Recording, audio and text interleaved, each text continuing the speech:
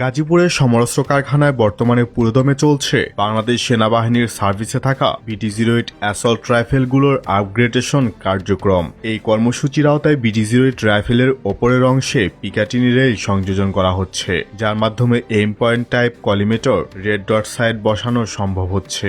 কলিমেটর site যুক্ত হওয়ার ফলে সবচেয়ে বড় যে সুবিধাটি মিলছে তা হল দ্রুত টার্গেট ধরতে পারা। আয়রন সাইটের তুলনায় রেড ডট সাইটে দুই চোখ খোলা রেখে ফায়ার করা যায়, যা ক্লোজ এবং মিডিয়াম রেঞ্জে এঙ্গেজ করার সময় উল্লেখযোগ্যভাবে কমিয়ে দেয়। বিশেষ করে শহরে যুদ্ধ, চেকপোস্ট ডিউটি এবং অ্যান্টি ইনসার্জন অপারেশনে এটি বড় সুবিধা দেবে। তবে বাস্তবতা হল BT-08 রাইফেলের আপগ্রেড সম্ভাবনা স্বাভাবিকভাবেই সীমিত।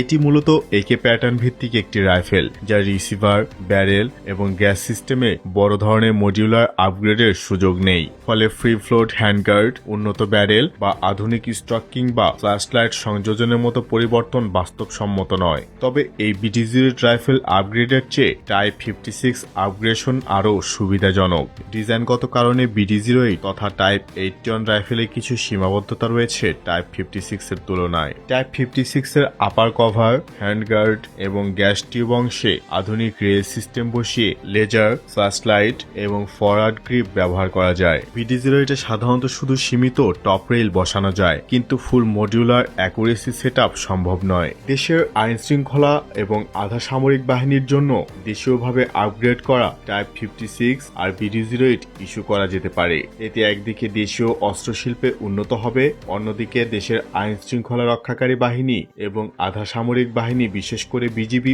উন্নত মানের অস্ত্র পাবে।